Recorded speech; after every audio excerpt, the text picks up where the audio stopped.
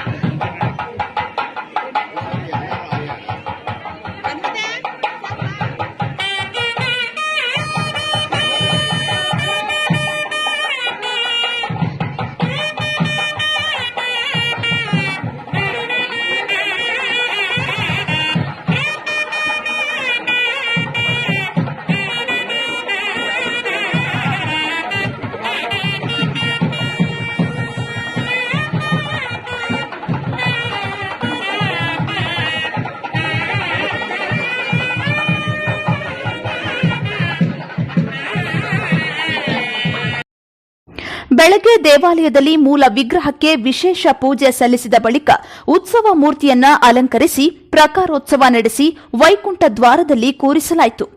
ದೇವರ ದರ್ಶನ ಪಡೆದ ಭಕ್ತರು ವೈಕುಂಠ ದ್ವಾರದ ಪ್ರವೇಶ ಮಾಡಿದರು.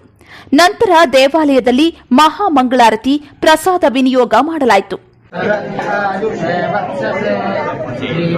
वै पुण्याय एतेन वै देवा चैत्राणि चित्वा यङ्कामम कामयन् ततमाप्नुवन् यङ्कामं कामयते तमेतेनाप्नोति सुमङ्गलेरियं वधूरिमागं समेत पश्यत सौभाग्यमस्यै चत्वारथास्तं विपरेतना इमां त्वमित्रमे सुपुत्रादं शुभगां शृणु दशास्यां पुत्रानादेहि सत्पुत्रादशं प्रति रोचनो रोचमानः शोभनः शोभमानः कल्याणः.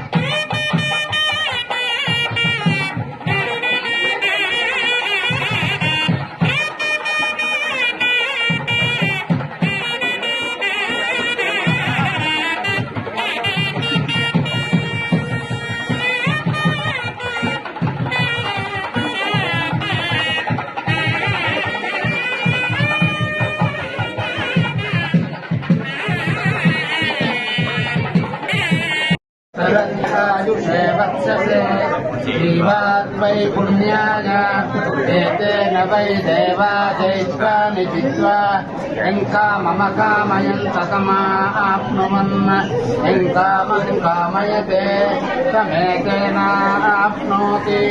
सुमङ्गलेरियं वधूरिमागं समेत पश्यत सौभाग्यमस्ये गत्वा यथा संविपरेतन इमां त्वमित्रमेधसुपुत्रादं सुभगान् शृणु दशास्यां पुत्रानाधेहि चतुरेकादशं कृति रोचनो रोचमानः शोभनः शोभमानः कल्याणः